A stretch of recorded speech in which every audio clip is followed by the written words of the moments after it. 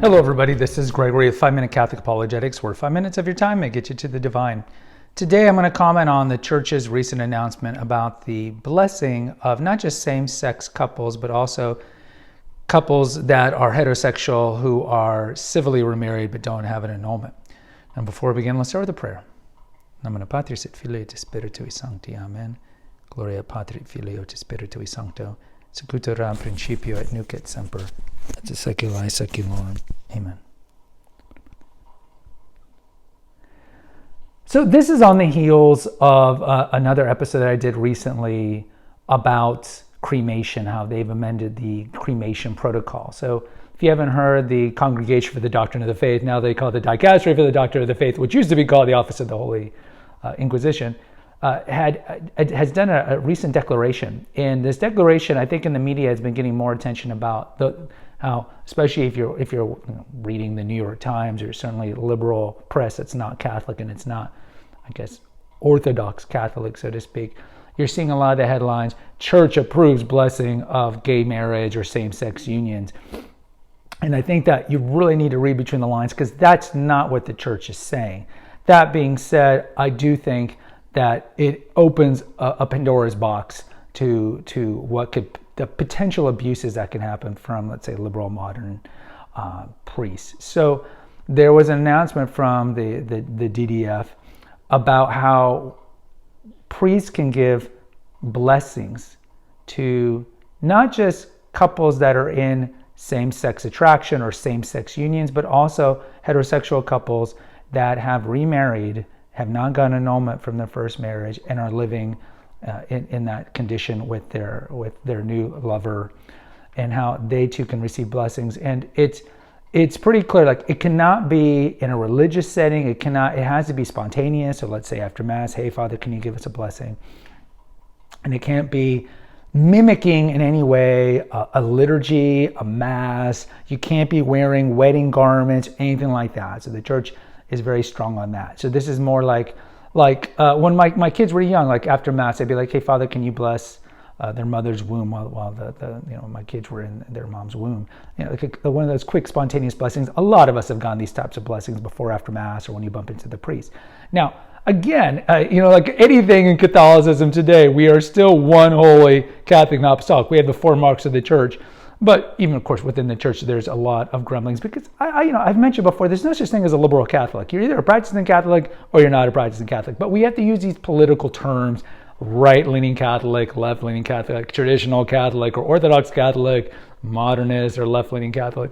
So within this gamut, there of course is controversy. You're getting a lot of freaked out clarion calls from the far right saying that this is a gradualism and incrementalism toward approving same-sex unions, like you see with the mainline Protestant churches.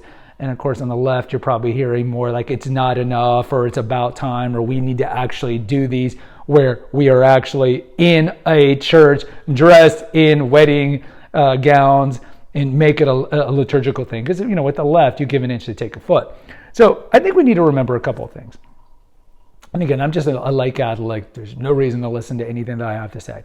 I think that we have to remember that this is not a blessing of their sin. This is just a person or 2 people asking for a blessing. In the same way that I bless my kids at night, blessings don't confer that you're approving of the sin. It's just, if somebody asks for a blessing, we bless them. And there's been cardinals, like I'll quote a cardinal over in Spain who's come out recently and talked about like how he's going to handle on a pastoral level. This is the Bishop of Orihuela, Alicante, which I've actually been to. I've been to Alicante, Spain. It's on the Mediterranean. Jose Ignacio Munilla. Munilla said, quote, "Pastoral charity is a call that we may bless all sinners, but not bless their sin. This is how Jesus of Nazareth acted, who blessed the sinful woman whom they wanted to stone, but did that not mean that he blessed her relationships," right? "Neither do I condemn you, and sin no more." So I think this is the mindset, because like we talked about the cremation episode, this is a pastoral issue. A lot of priests are getting issues or questions from Catholics. Mima wants to be cremated, or wanted to be cremated and have her ashes sprinkled on the river.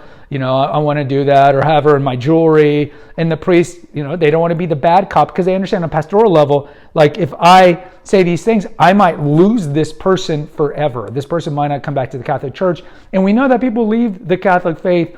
One of the reasons is bad interactions with priests. And no, I'm not talking about like pedophile stuff, but just bad interactions with priests. And normally that is borne out at either the priest being a jerk, that happens, and sometimes, lots of times, it's just the Catholic not knowing the faith well, not knowing understanding the church's teaching, and it goes to the question of, I know better, right? It's the sin of pride. So again, Mima, or maybe the son or grandson, once the ashes spread, the priest tells them, well, they have to be cremated and put in a sacred place entirely in its unit. No, this is what I want. It's like, well, the church teaches this for a reason, blah, blah, blah. No, I'm going to do what I want, right? It's always the sin of pride.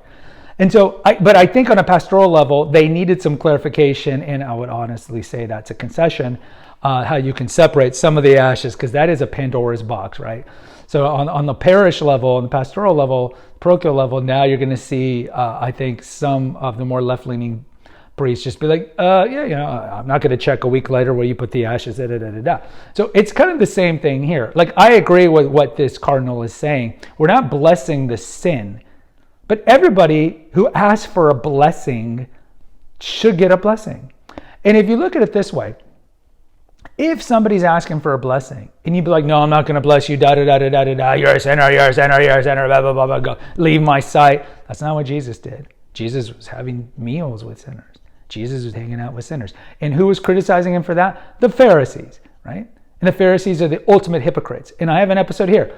Let's not be Pharisaic. Let's not be like the Pharisees. And I see the kind of Pharisaic mindset in the far traditional community, the far right more. Because look, and I would identify as a traditional Catholic too, but I think you get this mindset how everything needs to be this way. We can't shake hands at Mass. We can't do this. We can't do that. Everything's got to be their way. And everything is a concession. If it's not their way, it's wrong. It's a concession. And then I'm a better Catholic because I'm doing my rosary. I'm going to daily Mass. I'm doing my rosary in Latin. I'm doing liturgy hours. These people aren't doing it. I'm better than them. That's so Pharisaic. And I think that we need to stay away from being Pharisaic, because Christ is very clear that his enemies, you see in the Gospels, are these hypocritical Pharisees. You see it like Matthew 23, it just runs through all the ways that we don't want to be, like the whitewashed tombs, and you worry about cleaning the outside of the cup and not the inside of the cup. You worry about what you put in your mouth instead of what comes out of it.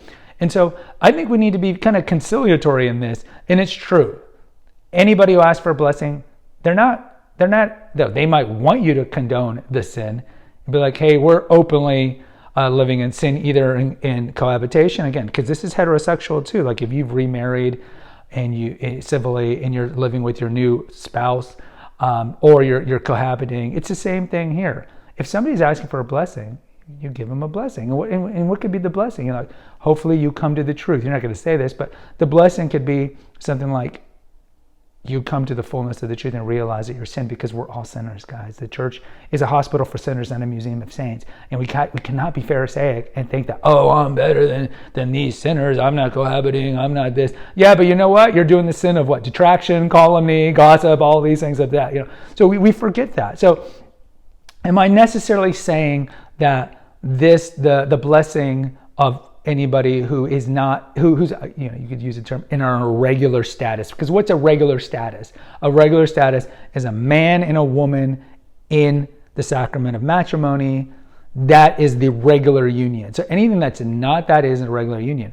And you could see, like, if somebody who is sinning, let's say in cohabitation, and they go for a blessing, and they get a priest that's very kind and gives them the blessing, this is more likely in that incremental way to bring them to the fullness of the faith, to bring them to realize their sin. Because how many of us in our 20s were sinning and we're like, I know better, I'm living in sin, blah, blah, blah, blah, blah. And then later on you're like, oh man, thank God I had the gentle touch of a good priest, or thank God, I have the Bible that guided me back, the church that guided me back. And so we had to be very careful not to be judgmental, because if you come off too strong, these priests on the pastoral level come off too strong and too, I would say, honestly, on some levels, Pharisaic, it could turn that person away forever. Now, some from the far right would be like, you need to come on strong. You need to tell them the truth. Yes, well, there's a way to tell them the truth in charity and in kindness. but you're not a priest. I'm not a priest.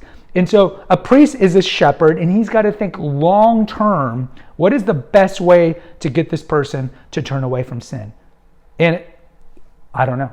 Sometimes you do need to be hard. We've talked about 5 ways to improve Catholic homiletics. Sometimes I wish that priests were much stronger from the pulpit. But I think with this blessing, certainly you're going to get modernist priests who are going to open this door. Like you've seen in Belgium and Germany, they're already doing open same-sex blessings and unions. Certainly you're going to get modernist priests who are going to use this to just openly do these things. But I think on a lot of levels, you're going to find priests that understand this teaching and going to do it in the proper way.